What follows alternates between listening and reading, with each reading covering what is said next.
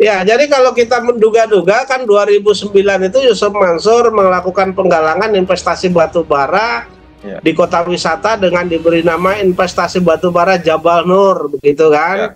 Kemudian di 2010 itu kan di akhir 2009, di awal 2010 itu kan sudah macet.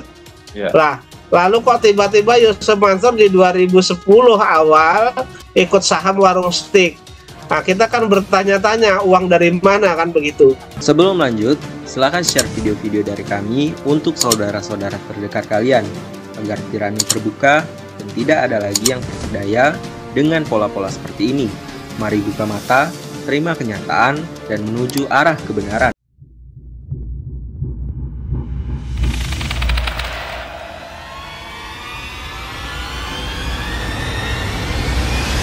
Menginvestigasi dugaan pencucian uang investasi batu bara Jabal Nur yang dilakukan oleh Yusuf Mansur dan kawan-kawan ke dalam warung steak.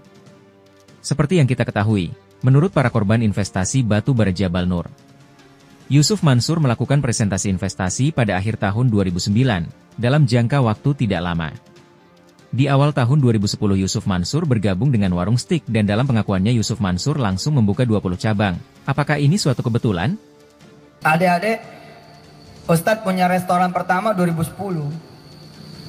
Tapi sekali Ustadz punya, langsung 20 bos. Hari ini restoran yang Ustadz punya dengan izin Allah ada 86. Beberapa diantaranya ada di Riau. Pernah makan insya Allah adik-adik. Namanya Warung Steak. Warung Steak and Shake. Warung Steak. Pernah makan ya? Yang kuning hitam, WS nah.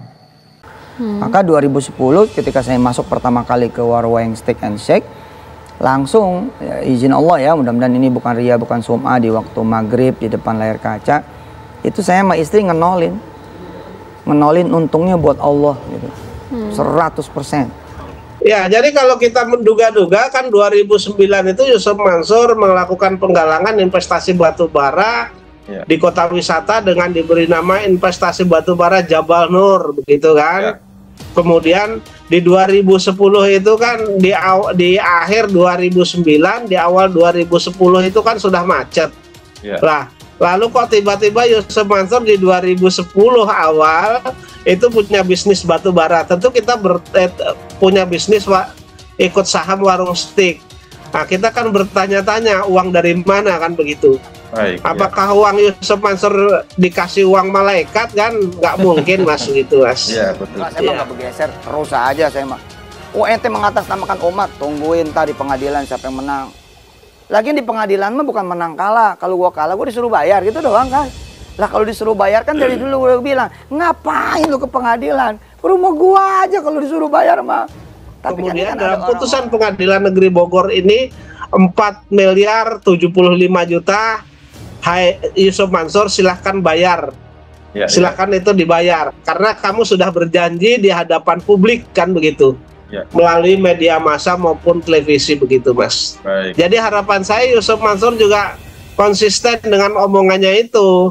Jangan kemarin ngomong hari ini kemudian berubah lagi. Jangan pagi masih kedelai, sore sudah tempe begitu mas Haji. Kemudian sore tempe, besoknya sudah busuk kan begitu mas Haji. Harapan saya Yusuf Mansur memenuhi kewajibannya dan janjinya itu, karena itu diucapkan ke publik melalui media televisi maupun media sosial mas Haji.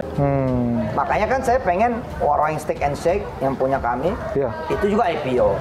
Terus Bebek Selamat yang punya kami kan ada Bebek Selamat yang Warung Group punya Warung Steak and Shake juga nanti pengen IPO. Dan yang udah pasti Petren pak. Oh ya Petren ya. Petren nih kita IPO ya. Kapan rencananya Ustaz? Buat yang merasa ketipu, kan rumah saya ada. Pesantren saya kebuka 24 jam. Ya main aja ke rumah ngomong baik-baik. Oh susah ditemuin, masa sih? Mau saya di TV ya ada mulu. Kalau soal tipu menipu mah kagak dah. Terus saya dibilang juga soal batu bara, enggak. Dari dulu saya malah ngalah mulu. Saya ikut ganti, ikut bayar di beberapa orang. ada satu orang malah 23 miliar itu. Saya nggak tahu tuh dari mana bisa ganti itu. Belum yang lain-lain tuh, yang nyelonong ke rumah saya. Tapi kalau sekarang mah enggak lah, saya bilang. Kalau sekarang ada yang mau mempermasalahkan lagi, saya bilang ke polisi aja sih udah. Ente mengatasnamakan umat, tungguin tadi pengadilan siapa yang menang. Lagian di pengadilan mah bukan menang kalah. Kalau gua kalah gua disuruh bayar gitu doang kan. Lah kalau disuruh bayar kan dari dulu gue bilang, ngapain lu ke pengadilan? Rumah gua aja kalau disuruh bayar mah. Alhamdulillah kemarin sore ada kabar bahwa gugatan saya terhadap Yusuf Mansur dan kawan-kawan berkaitan dengan investasi batubara ya PN Bogor ya memenangkan berpihak kepada saya gitu Pak. Alhamdulillah gitu. Iya. Jadi saya bersyukur. Itu tidak terduga Pak, tampaknya ada sesuatu yang jatuh itu semacam tas gitu ya, tas itu terus berantakan gitu, ada yang warna kuning gitu. Ya Allah, ini kok kayak, ingat saya ini kok kayak bukti nih, kayak bukti transferan setor saya waktu itu ke BMT ya. Iya. Itu saya buka lihat tuh, bener ya Allah ya lebih itu ternyata ada. Selain yang kuning tadi ada juga ada perjanjian saya. Berkaitan investasi itu dengan BMT masih asli bermaterai gitu Mas. Iya. Saya langsung itu saya seneng, saya langsung telepon Pak Jai ini kepada saudara Yusuf Mansur ya, itulah kami sudah berusaha ya.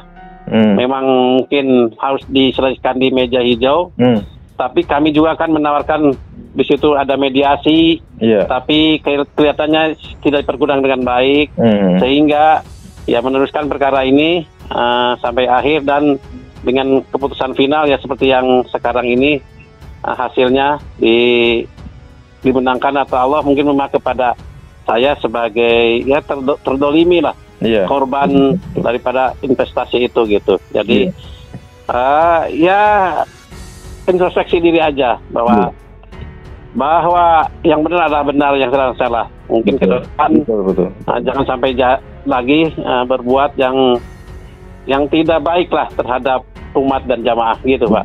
Gue udah bilang jangan ngaji sama Yusuf Mansur. Lu bandel sih.